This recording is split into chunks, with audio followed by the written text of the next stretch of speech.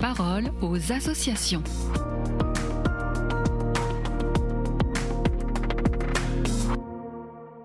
Bienvenue dans la parole aux associations. Aujourd'hui, je suis avec Kevin Tanguy, journaliste pour l'aide à l'Église en détresse. Alors Kevin, bonjour. Aujourd'hui, vous nous parlez des 1624 chrétiens tués pour leur foi depuis l'an 2000. Dimanche dernier, 14 septembre, jour de l'exaltation de la Sainte Croix, une célébration œcuménique très particulière s'est tenue dans la basilique Saint-Paul-hors-les-Murs à Rome. Elle a été présidée par le pape Léon XIV et a rassemblé des délégués de 24 églises chrétiennes.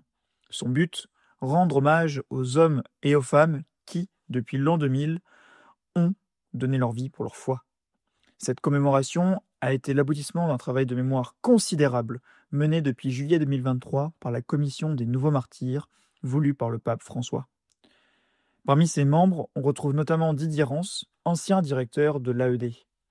Historiens, théologiens et chercheurs ont rassemblé les histoires de plus de 1600 chrétiens, qu'ils soient catholiques, protestants et orthodoxes, tués en raison de leur foi ces 25 dernières années.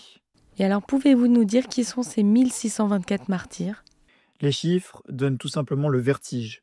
643 martyrs en Afrique, terre où les chrétiens meurent le plus, souvent victimes de groupes djihadistes ou de conflits ethniques.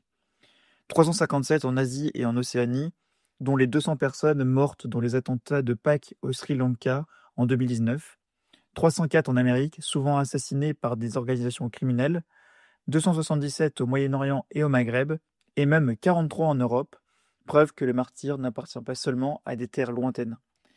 Mais derrière ces chiffres, il y a aussi des visages et des histoires qui sont bouleversantes. Notamment les 7 religieux anglicans de la fraternité mélanésienne tués en 2003 aux îles Salomon en voulant servir de médiateur dans un conflit. Parmi eux également, un prêtre irakien abattu en 2007 à Mossoul pour avoir refusé de fermer son église, mais aussi les 21 martyrs coptes assassinés en Libye en 2015 et ajoutés au martyrologe romain par le pape François, ou encore sœur Léonella, tuée en Somalie en 2006, et Pok Macaulay, frère lazalien, missionnaire en Amazonie, retrouvé mort et brûlé en 2019, pour simplement avoir défendu les droits des populations indigènes. Et alors, que disent les représentants de l'Église au sujet des martyrs ? Eh bien, comme l'a rappelé Monseigneur Fabio Fabene, président de la commission, le martyr a existé à toutes les époques de l'Église, mais peut-être aujourd'hui, plus que dans le passé, nombreux sont ceux qui donnent leur vie pour ne pas trahir le message du Christ. Andrea Riccardi, fondateur de la communauté de Sant'Egidio, a ajouté que le but de ce travail était de se souvenir d'eux, afin que leur mémoire ne disparaisse pas, car la mémoire des martyrs est une semence d'espérance pour l'avenir. Cette célébration du 14 septembre a été la seule célébration œcuménique du Jubilé de l'Espérance. Elle a rappelé que, comme le disait Saint Jean-Paul II, le martyr est déjà un œcuménisme de sang. Et vous, chers auditeurs, que faisons-nous de ce témoignage ? Sommes-nous prêts, dans nos vies quotidiennes, à être témoins de l'Évangile ?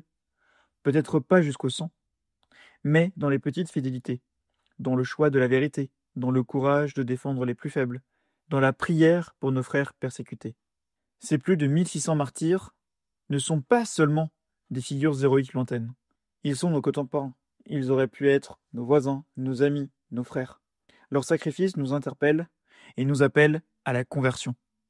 Heureux ceux qui sont persécutés pour la justice, car le royaume des cieux est à eux. Merci Kevin pour ce partage et je rappelle qu'on peut avoir plus d'informations sur l'AED via le site internet aed-france.org. La parole aux associations.